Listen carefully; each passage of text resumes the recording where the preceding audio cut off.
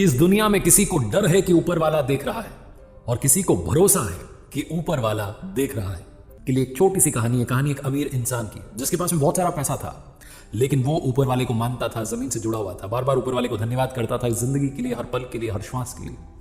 एक बार वो घूमने के लिए गया हुआ था समंदर किनारे, घूम फिर लिया, उसे लगा कि थोड़ा समुद्र में जाते हैं, बोट लेकर के घूम के आते हैं। तो उसने एक नाव किराए पर ली और नाव लेकर के निकल पड़ा। थोड़ा ही अंदर गया था कि तूफान आ गया। तूफान इतना तेज था कि इसकी नाव तहस नहस होने लगी। फटाफट से इसने लाइफ जैकेट डाला और समुद्र में कूद गया। तैरता रहा। कुछ घंटों के बाद में एक टापू पर पहुंचा। जब वहां पहुंचा तो सबसे पहला काम इसने किया, आसमान की तरफ देखा, ऊपर वाले को धन्यवाद दिया और कहा कि आपने मेरी जिंदगी बचा ली, वरना उस तूफान में तो आज खत्म हो जाता। अब आपने मुझे बचाया है, अब आप ही आगे का रास्ता दिखाएंगे, मुझे आप पर पूरा भरोसा है। ये बोल करके इसको समझ में आ गया कि अब यहीं रहना है, तो उसी टापू पर रहने लगा। भूख लगने लगी, क्या करें, तो जंगल था वहां, टापू पर ढूंढा तो इसको फल मिल गए, फल खा लिए। यही इसका रूटीन हो गया। 10-15 दिन तक वहां पर रुका हुआ था। रोजाना ऊपर वाले से प्रार्थना करता था कि किसी को भेज दो मेरी मदद के लिए, मुझे यहां से ले जाने के लिए, और मुझे भरोसा है कि आप भेजोगे। इसका कॉन्फिडेंस थोड़ा कम हो रहा था, इसे लग रहा था कि पता नहीं क्या होगा, लेकिन ऊपर वाले पर जो भरोसा था वो इसका कायम था। इसे लग रहा था कि ऊपर वाला मदद जरूर करेगा। अब काफी दिन हो चुके थे, इसे लगा कि क्या करें, एक झोपड़ी तो तैयार कर लेते हैं, कम से कम झोपड़ी में तो रहें। तो लकड़ियां इकट्ठी करने लगा, पत्ते इकट्ठे करने लगा, और 3-4 दिन में इसने अपने लिए एक बढ़िया सी झोपड़ी तैयार कर ली। उस झोपड़ी के बाहर खड़ा होकर के उसे निहार रहा था और सोच रहा था कि आज तो यहां सोने को मिलेगा।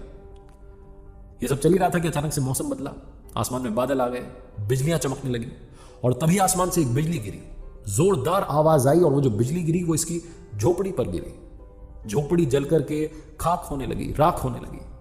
अब जो इस आदमी का कॉन्फिडेंस था बिल्कुल नष्ट हो गया, शून्य हो गया। इसकी आंखों से आंसू आने लगे। ये बैठ गया, सर पर हाथ रख लिया और बोलने लगा, एक झोपड़ी मैंने तैयार की और ऊपर वाले आपने उसको भी जला दिया। ये ऊपर वाले को कोसने लगा, इसका दिमाग खराब हो गया कि क्या हो गया। तभी इसको सुनाई दी किसी की आवाज। समंदर किनारे 2 लोग खड़े थे, नाव लेकर के आए थे छोटी सी, और इसे बुला रहे थे कि आ जाओ, हम आपको लेने आए हैं।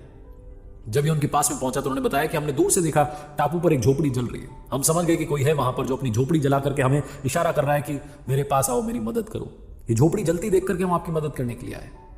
जहां उन लोगों ने कहा, इस अमीर आदमी ने एक बार फिर ऊपर वाले की तरफ देखा, आसमान की तरफ देखा और माफी मांगने लगा कि माफ करना भगवान, मुझे लगा था कि मेरी झोपड़ी आपने जला दी। आपने तो मेरी झोपड़ी इसलिए जलाई ताकि किसी को इशारा मिल जाए कि उसे यहां आना है मेरी जान बचाने के लिए। आपने तो झोपड़ी इसलिए जलाई ताकि मेरी जान बच सके, मुझे आगे का रास्ता दिख सके। मैं पागल था, मैं मूर्ख था जो आपको कोसने लगा था। आपने तो अभी भी मेरा साथ नहीं छोड़ा है। आप हमेशा मेरा साथ देते रहना। छोटी सी कहानी, लेकिन ये कहानी बहुत बड़ी बात सिखाती है, खास करके उन लोगों के लिए जिनको लगता है कि ऊपर वाला हमारे साथ नहीं, हमारा साथ नहीं दे रहा है। भरोसा रखिए, वो आपका साथ जरूर देगा, वो हमेशा आपके साथ है।